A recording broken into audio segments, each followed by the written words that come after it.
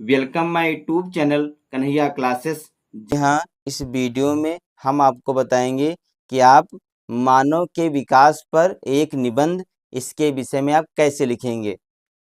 जो ये क्वेश्चन है मानव के विकास पर निबंध, ये परीक्षा में लगभग हर वर्ष पूछा जाता है।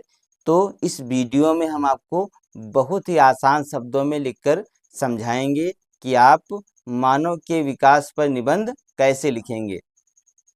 तो इसमें लिखेंगे अफ्रीका, यूरोप तथा एशिया में कुछ मानव के जीवाश्म प्राप्त हुए। यानी कि अफ्रीका में, यूरोप में, एशिया में कुछ मानव के जीवाश्म प्राप्त हुए। ये सभी मायोसीन एवं पूर्व प्लायोसीन काल में प्राप्त हुए। मानव उद्भव प्लास्टोसीन युग में हुआ। अब इसमें सबसे पहले हेडिंग डालेंगे। नंबर 1, राम पिथेकस मानव। कौन सी हेडिंग डालेंगे? राम पिथेकस मानव।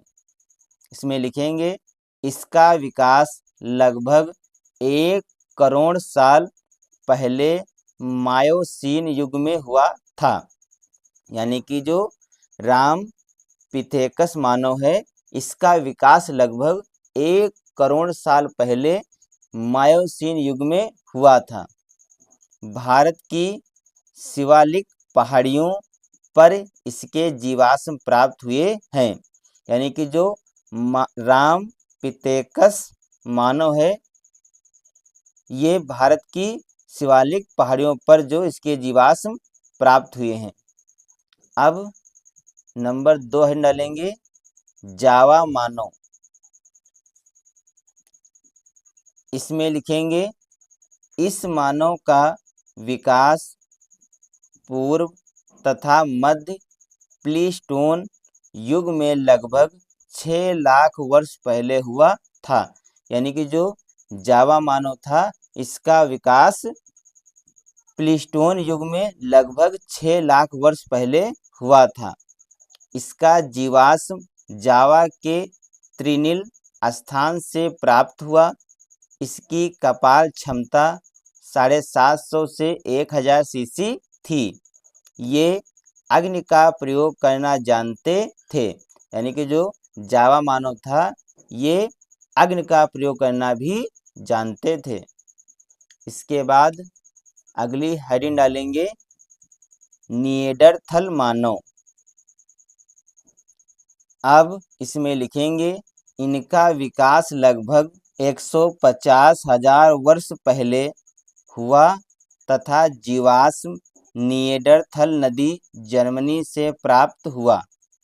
फिर लिखेंगे ये लगभग 25,000 वर्ष पहले विलुप्त हो गए। इनकी कपाल क्षमता 1450 सीसी यानी कि मनुष्य के समान थी। यानी कि जो निएंडरथल मानव है, इनका विकास लगभग 150,000 वर्ष पहले हुआ था। जीवाश्म निएंडरथल नदी जर्मनी से प्राप्त हुआ। ये लगभग 25,000 वर्ष पहले विलुप्त हो गए थे और इनकी कपाल क्षमता 1450 सीसी यानी कि मनुष्य के समान थी। फिर लिखेंगे इनकी लंबाई लगभग 5 फीट 4 इंच के लगभग थी। यह वास्तविक मनुष्य थे जिनमें संस्कृति की उत्पत्ति हुई तथा यह हथियार बनाना जानते थे। इसके बाद अगली हेडिंग डालेंगे क्रो-मैग्नान मानव। फिर लिखेंगे ये 50,000 वर्ष पहले उत्पन्न हुए तथा 20,000 वर्ष पहले विलुप्त हो गए। यानी कि जो क्रो-मैग्नान मानव थे, ये 50,000 वर्ष पहले उत्पन्न हुए थे और 20,000 वर्ष पहले विलुप्त हो गए। फिर लिखेंगे इसका जीवाश्म क्रो-मैग्नान फ्रांस के पत्थरों से प्राप्त हुए।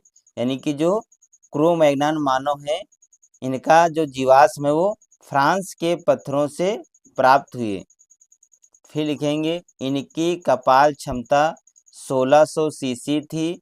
जो आधुनिक मानव से भी अधिक थी। इसके बाद लिखेंगे यह सीधे मानव के पूर्वज माने जाते थे। इनका कपाल संकुचित तथा बड़ा एवं चेहरा चौड़ा था। इनके गोल मस्तिष्क, सकरी नासिका, मोटे एवं चौड़े जबड़े थे। अब इसके बाद लिखेंगे इनमें मुलायम पैर एवं गुफा में रहने वाले शिकारी थे। यह प्रजाति मध्य पूर्व अफ्रीका तथा यूरोप में पाई जाती थी। इसके बाद इसमें अगले लाइन डालेंगे आधुनिक मानव। इसमें लिखेंगे यह लगभग 25,000 वर्ष से रहने वाली प्रजाति है। इसके अंतर्गत निग्रोइड्स, मंगोलाइड्स, ऑस्ट्रेलाइड्स आदि प्रजातियां होती हैं। इसके बाद लिखेंगे इनकी औसत कपाल क्षमता 350 से 1500 सीसी होती है। इनका पूरा मस्तिष्क अत्यधिक विकसित होता है। फिर लिखेंगे इसके आगे आधुनिक मानव का निकट चिंपैंजी को माना जाता है। तो बच्चों, ये हमने आपको बताया कि आप मानव के विकास पर एक निबंध कैसे लिखेंगे। इसके विषय में हमने आपको हेडिंग डाल के बहुत ही आसान शब्दों में लिखकर बताया है। तो बच्चों, आज के वीडियो में इतना ही। मिलते हैं अगले वीडियो में नए टॉपिक के साथ। तब तक के लिए जय हिंद, जय भारत।